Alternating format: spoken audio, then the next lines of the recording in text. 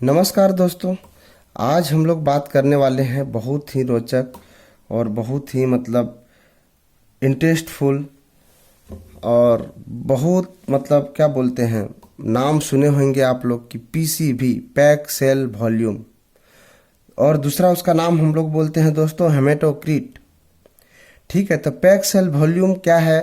PCB is defined as a ratio of volume of RBC to that of whole blood and is expressed as percentage। इसके कितने method से हम लोग कर सकते हैं दोस्तों? इसको हम लोग 3 मेथड से कर सकते हैं। मैक्रो मेथड जो विंड्रोप मेथड है, और दूसरा है micro methods, micro haematocrit method, जो बहुत सूक्ष्म कैपिलरी ट्यूब का इस्तेमाल करते हैं। उसमें प्लास्टिक की कैपिलरी ट्यूब होती है, उससे हम लोग उसको उसको क्या बोलते हैं, सेंट्रीफ्यूज करके, उसका अलग सेंट्रीफ्यूज मशीन होती है, उसमें हम लोग टेस्ट करते हैं। तो वो हो गया माइक्रो हेमेटोक्रिट मेथड। और इलेक्ट्रॉनिक मेथड जो होता है दोस्तों, वो हम लोग क्या बोलते हैं, मशीन्स के माध्यम से करते हैं, वो हो गया इलेक्ट्रॉनिक मेथड। तो दोस्तों इसमें हम लोगों को जो है सबसे पहला टेस्ट है मैक्रो मेथड। मैक्रो मेथड में विंड्रोप ट्यूब के बारे में आप दोस्तों पढ़े होंगे ईएसआर में। तो विंड्रोप ट्यूब से हम लोग 2 फायदे ले सकते हैं दोस्तों। पहला फायदा ले सकते हैं कि ईएसआर कर सकते हैं, और दूसरा पीसीबी कर सकते हैं, पैक सेल वॉल्यूम कर सकते हैं। तो दोस्तों कभी कभी भाइबा में ऐसा क्वेश्चन पूछा जाता है कि दोस्त आप पीसीबी करने जा रहे हो, तो सबसे पहले आप क्या करोगे, ईएसआर करोगे या पीसीबी? तो दोस्तों उसमें बेहिजक एकदम 100% कॉन्फिडेंस लेवल में बात करनी है, और उसमें बोलना है कि सर मैं सबसे पहले ईएसआर एस्टिमेशन करूंगा, इसके बाद फिर मैं पीसीबी करूंगा। ऐसा क्यों? क्योंकि ईएसआर में क्या होता है कि अपने से सेटल होता है सेल, और पीसीबी में हमें सेंट्रीफ्यूज करके सेटल करना होता है। ठीक है, तो इसके लिए मैं उसके लिए इंतजार कर लूंगा। और ध्यान देना है दोस्तों, इसमें जो हम लोग इक्विपमेंट यूज करते हैं वो क्या क्या रहता है? विंड्रोप ट्यूब होता है, ठीक है, विंड्रोप ट्यूब होता है, ईडीटीए ब्लड होती है, या तो एंटीकोगुलेटेड ब्लड भी बोल सकते हैं, ईडीटीए ब्लड लेते हैं। ठीक है, इसके बाद हम लोग उसमें एक इक्विपमेंट और रहता है, उसका नाम है पास्चर पिपेट। तो हम लोगों को क्या क्या रिक्वायर रहेगा? रिक्वायर होता है दोस्तों इसमें विंड्रोप ट्यूब,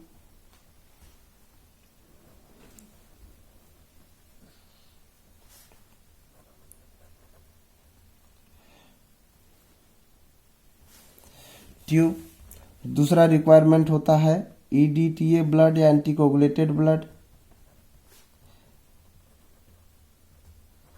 जरूरी नहीं है कि ईडीटीए ही चाहिए, लेकिन ईडीटीए ब्लड।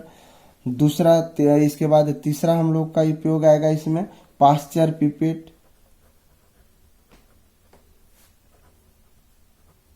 पास्चर पिपेट, ये 3 चीज का रिक्वायरमेंट रहता है दोस्तों। तो सबसे पहले हम लोग क्या करेंगे, इसका हम अध्ययन करेंगे कि ये है क्या। तो ये विंड्रोप ट्यूब जो है दोस्तों, वो एक साइड से बंद रहता है, ठीक है, और दूसरा साइड से ओपन होता है। एक साइड से बंद होता है, दूसरा साइड से ओपन होता है।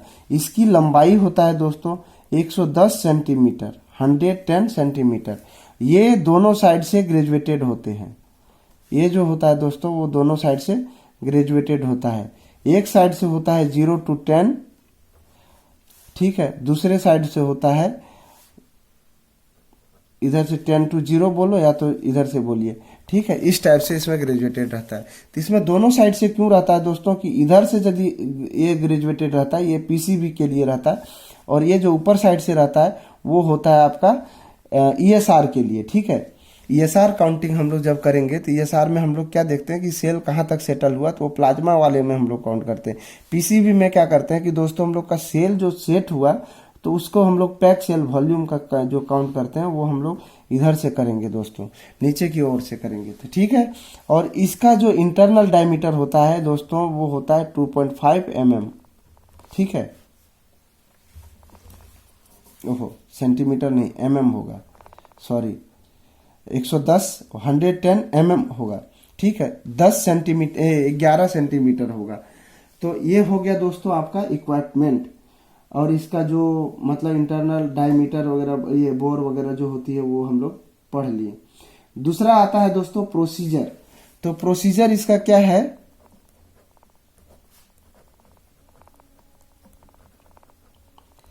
प्रोसीजर है इसका दोस्तों कि सबसे पहले हम लोग क्या करेंगे कि एक पास्चर पिपेट की सहायता से वेल मिक्स्ड, मतलब अच्छे से मिक्स किया हुआ एडीटीए सैंपल या एंटीकोगुलेटेड सैंपल को हम लोग पास्चर पिपेट के मदद से उसमें फिल करेंगे।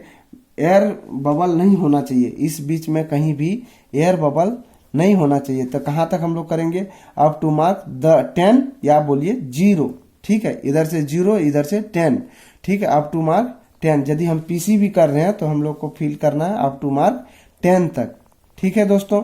तो 10 तक हम लोग फिल कर दिए। इसके बाद हम लोग इसको क्या करेंगे कि एक सेंट्रीफ्यूज मशीन में बैलेंस बना के रखेंगे। सेंट्रीफ्यूज मशीन में 2000 टू 2300 या 2500,000 कुछ बुक में ग्राम लिखते हैं, उसमें सेंट्रीफ्यूज करेंगे 30 मिनट के लिए। कितना देर के लिए करेंगे हम लोग दोस्तों उसको, 30 मिनट। एक बार मैं इसका प्रोसीजर लिख ही देता हूं।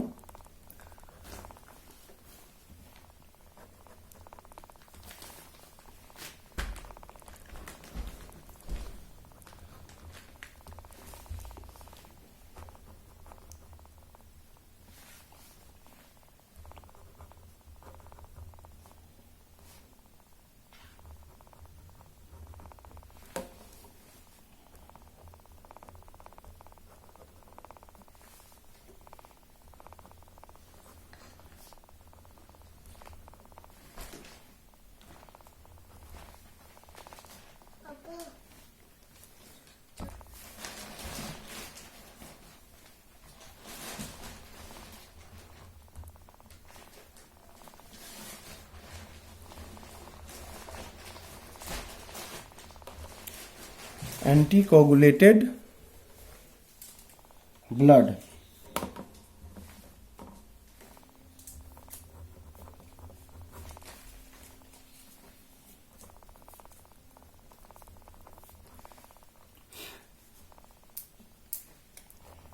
Bye Pasteur pipette.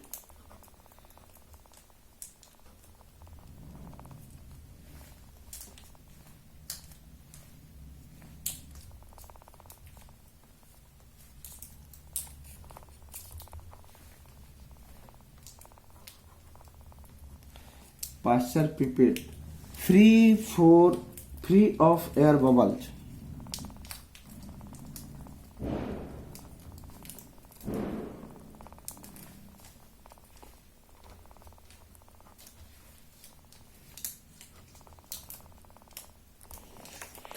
Fill the Windrobe tube up to mark 10 with well mixed anticoagulated blood EDTA by Pasteur's pipette free of air bubbles। ठीक है, नेक्स्ट इसके बाद क्या करेंगे दोस्तों, सेंट्रीफ्यूज द ट्यूब एट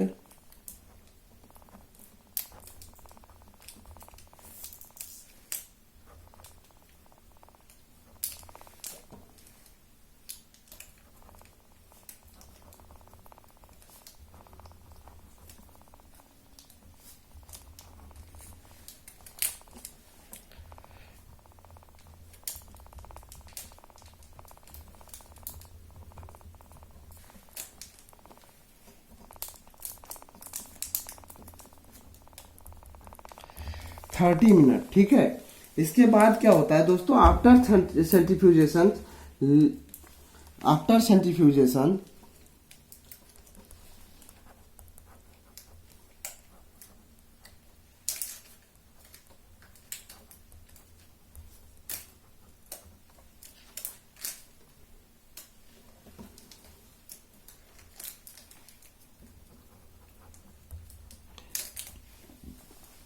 मुझे 3 तरह का उसमें लेयर दिखाई देंगे। ठीक है, पहला दिखाई देगा प्लाज्मा,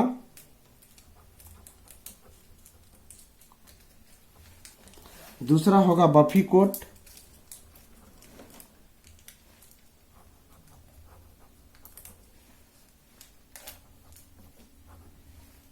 और तीसरा लेयर होगा पैक्ड आरबीसी।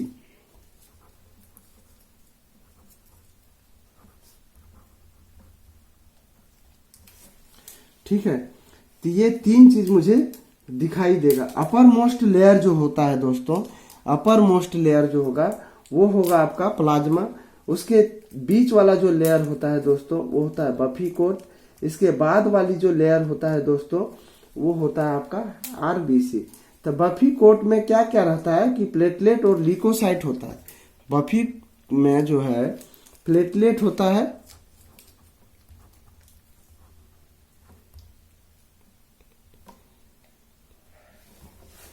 और ल्यूकोसाइट,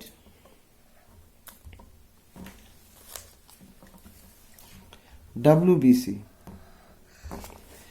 ये 2 चीज रहता है उसमें दोस्तों। और आरबीसी रहता है नीचे, सबसे नीचे। तो इसमें हम लोग जब रीडिंग लेंगे तो रीडिंग कैसे लेंगे कि उसका जो है, मैं एक बार कोशिश करता हूं दिखाने के लिए इमेज को। तो दोस्तों इसमें ये है आपका विंड्रोप ट्यूब, ठीक है। विंड्रोप ट्यूब में आप देख रहे होंगे ये जो है 10 mm जो है ग्रेजुएटेड नहीं रहता है, ठीक है। और 0 to 10 है और 0 to 10 है। एक ऊपर साइड से है और एक नीचे साइड से है। तो पीसीबी में क्या होता है दोस्तों कि पीसीबी में ये नीचे साइड से हम लोग काउंट करेंगे, ठीक है। और ईएसआर में ये साइड से हम लोग काउंट करते हैं। तो इसमें हम लोग कहाँ का रीडिंग लेंगे, इसमें ये जो देख रहे हैं ये पोर्शन, इस जगह का हम लोग रीडिंग लेंगे। इसका जैसे आपका जैसे आ गया यहाँ 5, ठीक है, 5 है, तो 5 के बाद आपका कुछ आ रहा है तो ये हो गया 5.4 या जो भी है, तो इसको हम लोग इतना अपना काउंट कर लेंगे, ठीक है। तो ये हो गया आपका पीसीबी का काउंटिंग। अब इसमें देख रहे होंगे दोस्तों कि इसको जूम किया गया है, यहाँ से कट करके जूम किया गया है। तो ऊपर में है जो लिक्विड पोर्शन वो है प्लाज्मा।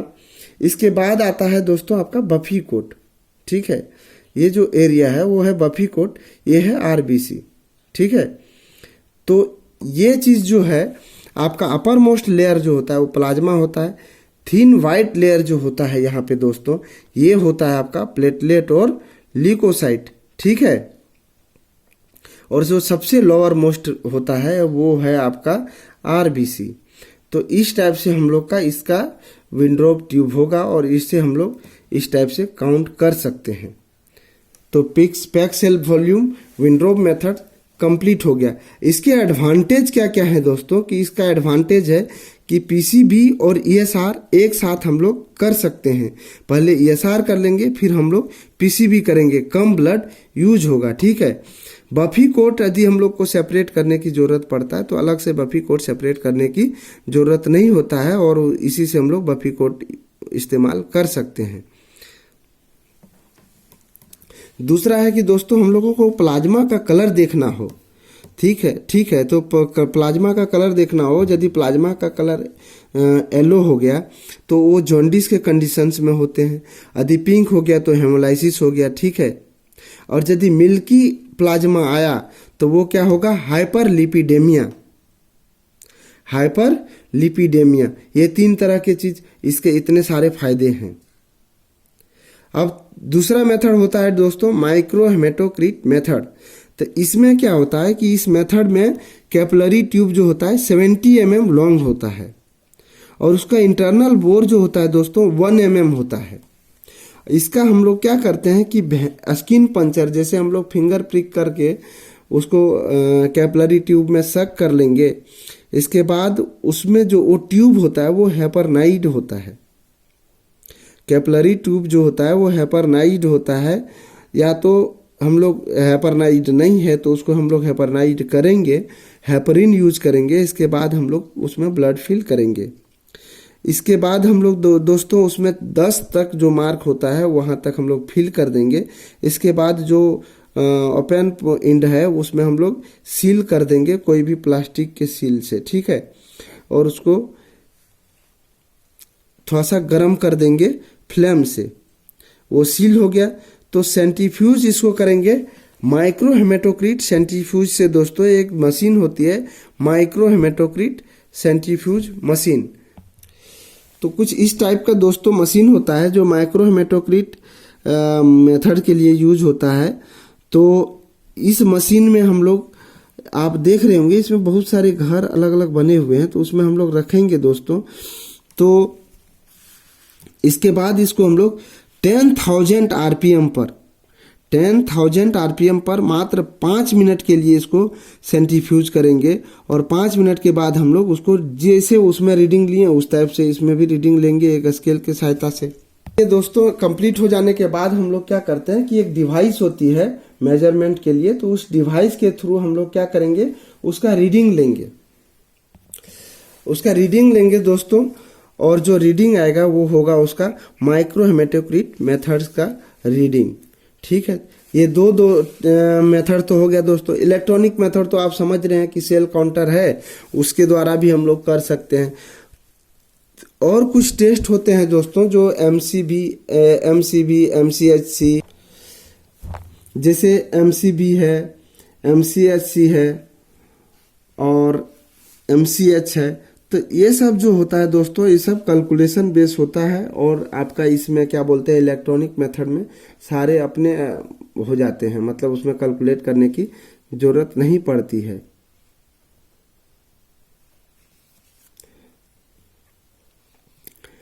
तो मान के चलिए दोस्तों इसमें जैसे कि अब ESR किस ये क्या बोलते हैं PCB किस कंडीशंस में बढ़ता है, तो पॉलीसाइथेमिया में बढ़ता है, dehydration due to severe vomiting, diarrhea, ये सब में होती है, स्वेटिंग में होता है, बर्न में होता है, शॉक में होता है दोस्तों।